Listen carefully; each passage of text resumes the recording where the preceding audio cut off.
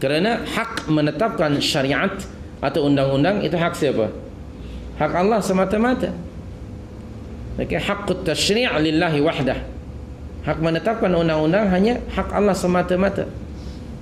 Tentu anda pernah membaca di dalam surah 7 ayat 54. Entah bila bacanya, wallahu a'lam. Di hujung ayat itu Allah ada berfirman, okey, bahawa ala lahul khalaqu wal amru fatabarakallahu rabbul alamin. Demikian juga anda pun pernah membaca surah Yusuf, di mana di dalam surah tersebut Allah Subhanahu wa taala ada berfirman, inil hukmu illa lillah. Okey, amara alla ta'budu illa iyyah. Inil hukmu illa lillah. Sesungguhnya undang-undang, peraturan, ketetapan itu hak siapa? Hak Allah Subhanahu wa taala. Okey, bukanlah manusia yang menetapkannya. Ayat cari yang ada tandanya, dia mesti ada. Ayat 40 ya. Ayat 40. Yang ada tandanya lah. Inil hukmu illa lillah. Baik. Jadi haqqut tasyri' itu hak Allah. Demikian juga di dalam surah 42 ayat 21.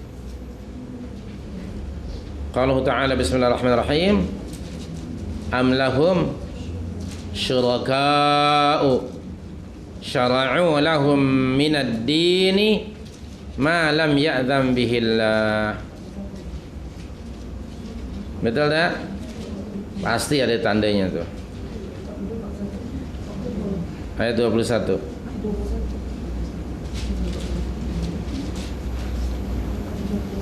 Apa bunyi ayatnya?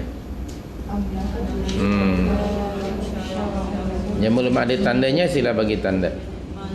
Am lahum syara'u am lahum syuraka'u syara'u lahum minad dini ma lam ya'zam bihillah. Apakah mereka punya syuraka, partners, tuhan-tuhan yang disembah selain daripada Allah, yang mensyariatkan bagi mereka dalam agama yang tidak diizinkan oleh Allah. Ayat itu menunjukkan bahawa hak menetapkan syariat, undang-undang, peraturan untuk manusia hak siapa? Hak Allah.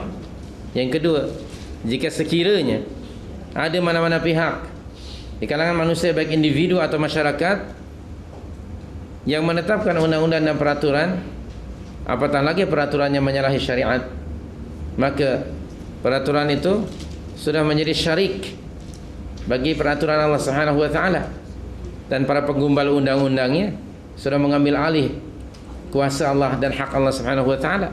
Kalau orang ramai mentaati undang-undang yang dibuat oleh manusia, maka sebenarnya orang ramai, entah mereka sedar atau tidak, telah menduakan Allah Subhanahu wa taala. It's a very serious matter.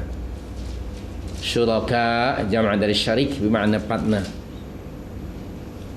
Nah, ini sensitif ayat ini bagi orang yang punya perasaan lah. Yang tak ada perasaan, mana nak sensitif. Okey, itu soal undang-undang ini.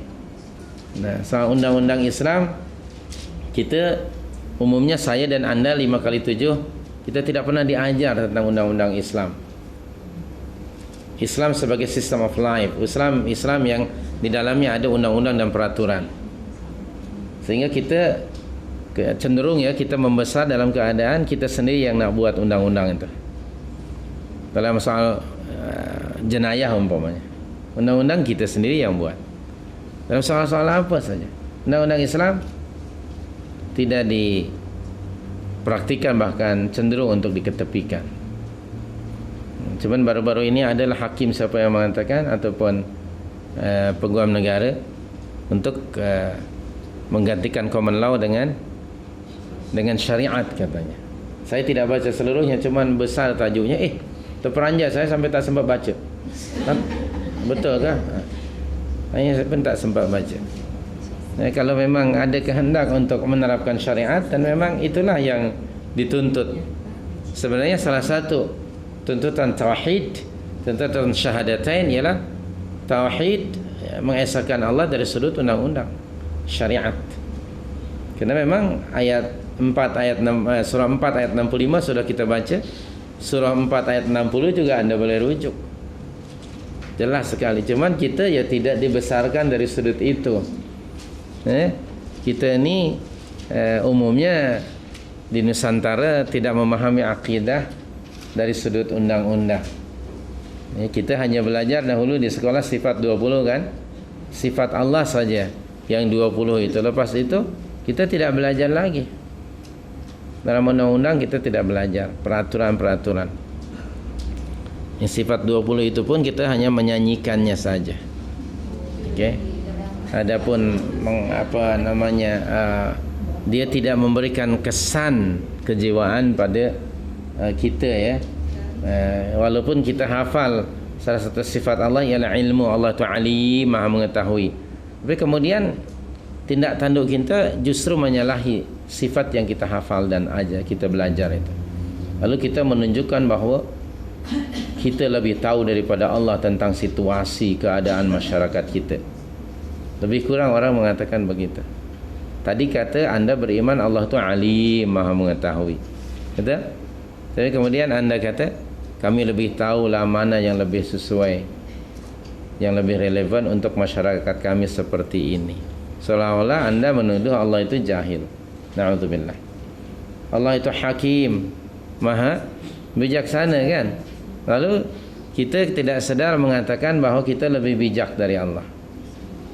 Sehingga kita ambil undang-undang Allah, kita petik-petik mana yang sesuai, sesuka kita sesuai dengan nafsu.